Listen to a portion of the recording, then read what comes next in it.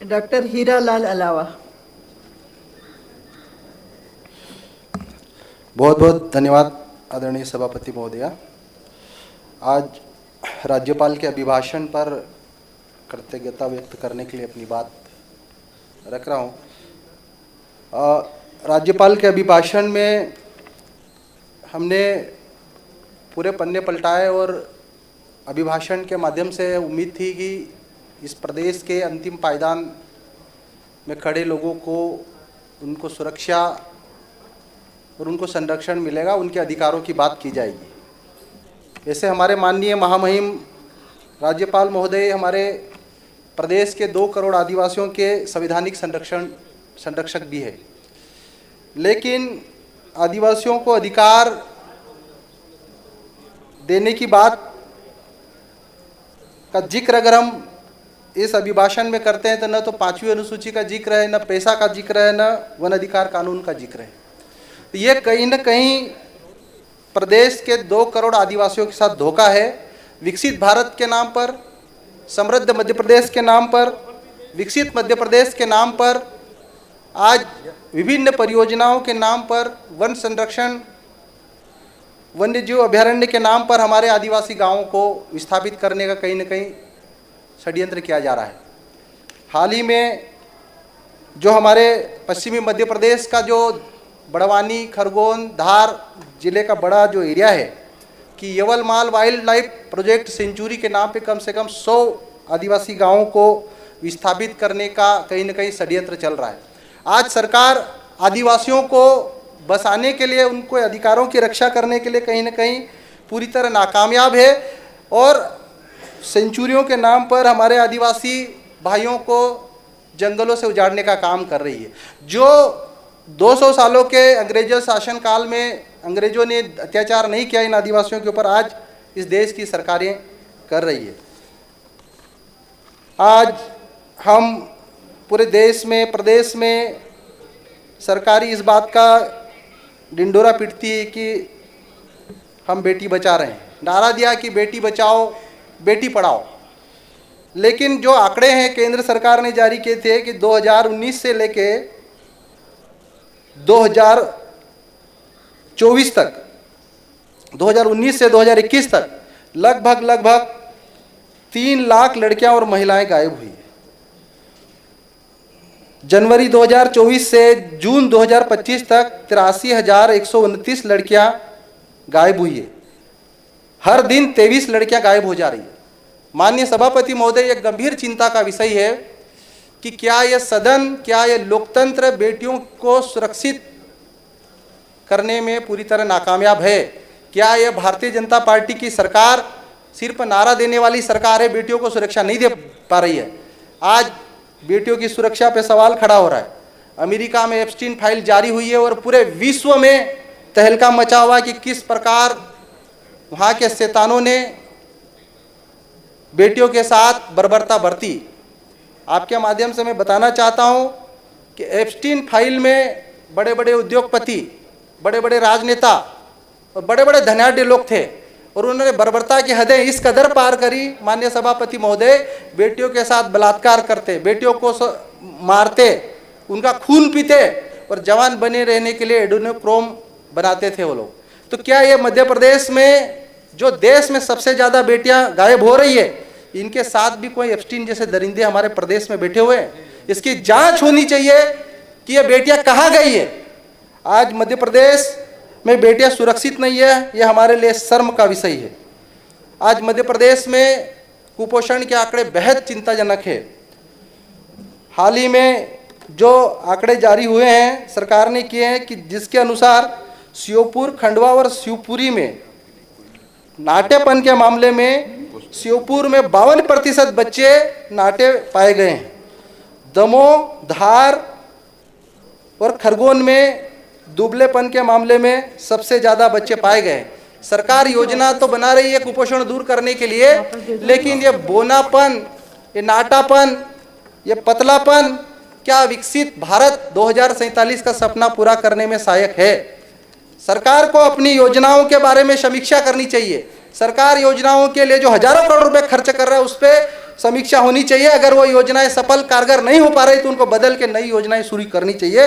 ये मेरा आपके माध्यम से माननीय सभापति महोदय सुझाव है। आज मध्य प्रदेश साइबर ठगी के मामले में कई मामले सामने आ रहे हैं।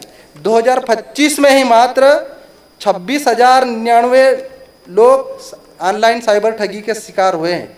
क्या हमारा इंटेलिजेंस, क्या हमारा साइबर सेल, क्या हमारा गृह मंत्रालय इन ठगने वाले लुटेरों को पकड़ने में पूरी तरह नाकामयाब है? आज प्रदेश में हजारों की संख्या में ये जो घटनाएं हो रही, महत्वपूर्ण एक और मुद्दा है कि आज मध्य प्रदेश ड्रग का बहुत बड़ा यहाँ पर कारखाने चल रहे हैं। हाल ही में महू में, नीमच में और भोपाल में हजारों करोड़ रुपए की ड्रग पकड़ी जा रही है। तो क्या पुलिस प्रशासन पूरी तरह इन ड्रग माफियाओं के ऊपर कार्रवाई करने में नाकामयाब है? सरकार अगर चाहे तो 24 घंटे के अंदर मध्य प्रदेश से सारे ड्रग फैक्ट्रियां बंद हो सकती है।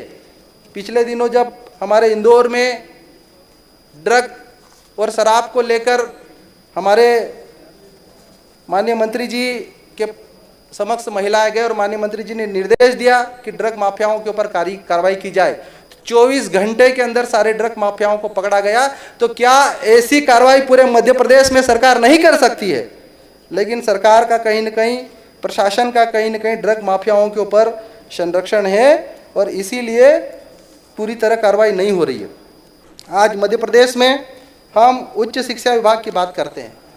प्रदेश का एक भी कॉलेज या प्रदेश और देश की एक भी यूनिवर्सिटी विश्व की टॉप 100 यूनिवर्सिटी में हमारा कहीं नाम नहीं है।